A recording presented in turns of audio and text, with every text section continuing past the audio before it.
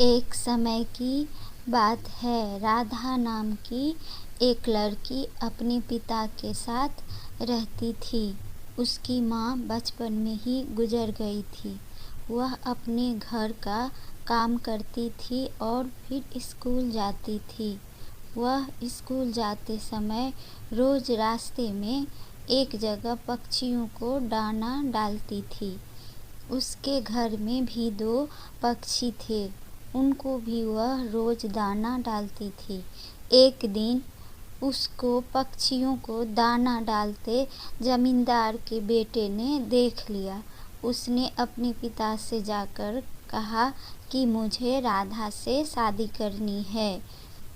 जमींदार ने राधा के पिता से बात करके अपने बेटे की शादी राधा से करा दी।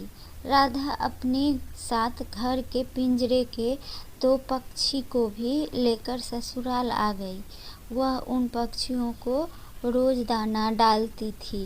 राधा की सास को यह बिल्कुल भी अच्छा नहीं लगता था। वह उन पक्षियों को परेशान करती थी। वह उनका दाना पानी जमीन में फेंक देती थी। एक दिन राधा की सास ने पक्षियों को पिंजरा ही जमीन पर फेंक दिया। उसे यह करते हुए राधा ने देख लिया। राधा ने मना किया तो उसकी सास ने राधा को ही डांट दिया।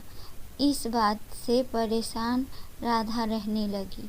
एक दिन राधा के पति ने राधा से उसकी परेशानी का कारण पूछा तो उसने सारी बात बता दी। उसके पति ने राधा को पक्षियों की भलाई के लिए उसको पार्क में छोड़ने की सलाह दी।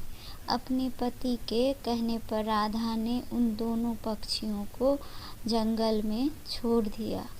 वह उनको कभी कभी दाना देने जंगल चली जाती थी। अब सभी पक्षी राधा के अच्छे मित्र बन गए थे। पक्षी अब राधा के घर पर भी आने लगे। राधा की सास को जब यह बात पता चला तो वह राधा पे बहुत गुस्सा हुई और राधा को उसके मैके छोड़ने के लिए अपने साथ लेकर चली गई। रास्ते में कुछ चोरों ने राधा और उसकी सास को घेर लिया और गहने चुराने की कोशिश की। तभी राधा के दोस्त पक्षियों ने आकर चोरों पर हमला किया, जिससे चोर भाग गए। उसके बाद राधा और उसकी सास घर की ओर लौट आए। अब राधा की सास की सोच पक्षियों के प्रति बदल चुकी थी। उसने राधा से कहा कि अब हम दोनों पक्षियों को दाना देने रोज आया करेंगे और वह उन दोनों पक्षियों को घर लेकर चली गई, जिसको वह घर से बाहर निकाल दिया था।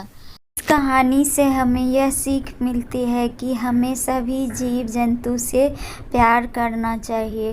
किसी को दुख नहीं पहुंचाना चाहिए क्योंकि वह भी तो एक जीव हो।